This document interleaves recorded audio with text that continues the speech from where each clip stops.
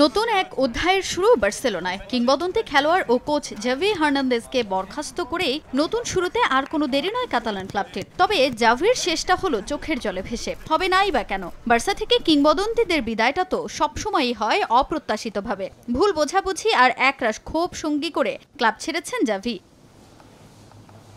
জাভিকে বরখাস্ত করার আগে থেকে চলা গুঞ্জনের অবসান হলো এবার। বেশ কিছুদিন ধরে গণমাধ্যমে গুঞ্জন ছিল কাতালান ক্লাবটির কোচের দায়িত্বে বসতে যাচ্ছেন জার্মানি জাতীয় দলের সাবেক কোচ ও সাবেক Bayern Munich coach Hansi Flick. এবার সেই গুঞ্জনই সত্যি হলো। আগামী 2 বছরের জন্য হ্যান্সি ফ্লিকের সঙ্গে চুক্তি করেছে বার্সেলোনা। 2026-এর 30 জুন পর্যন্ত চুক্তির মেয়াদ এই জার্মান কোচের। বার্সেলোনায় এসে ইতোমধ্যেই সভাপতি হুয়ান লাপোর্তা সহ ক্লাব কর্তৃপক্ষের সঙ্গে দেখা করে আনুষ্ঠানিক চুক্তিতে স্বাক্ষর করেছেন 59 বছর বয়সী এই কোচ।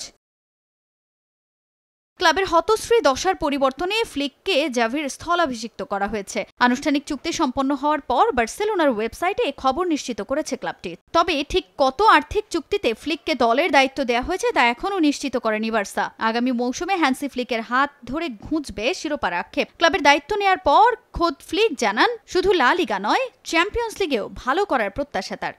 নগদে 500 টাকা বা তার বেশি পেমেন্টে পেতে পারেন ঢাকায় জমিসহ 20 কোটি টাকার পুরস্কার। বার্সেলোনার মতো ক্লাবের সঙ্গে চুক্তি করতে পারা আমার জন্য অনেক সম্মানের। নতুন শুরুতে আমি খুবই খুশি। ক্লাব সভাপতির মতামতের সঙ্গে আমারও সম্মতি আছে।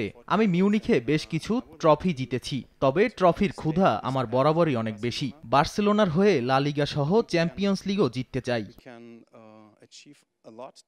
কাতার বিশ্বকাপে ব্যর্থতার দায়ে বিশ্বকাপের পর জার্মান জাতীয় দল থেকে বরখাস্ত করা হয় হ্যান্সি ফ্লিককে। 9 মাসের বিরতির পর আবারও ক্লাব ফুটবলে যাত্রা শুরু এই জার্মান কোচের। এর আগে বায়ার্ন মিউনিখের হয়ে ট্রেবল জিতেছিলেন ফ্লিক। মিউনিখের দারুণ সাফল্যে উয়েফার বর্ষসেরা কোচের খেতাবও পান 59 বছর বয়সী এই জার্মান।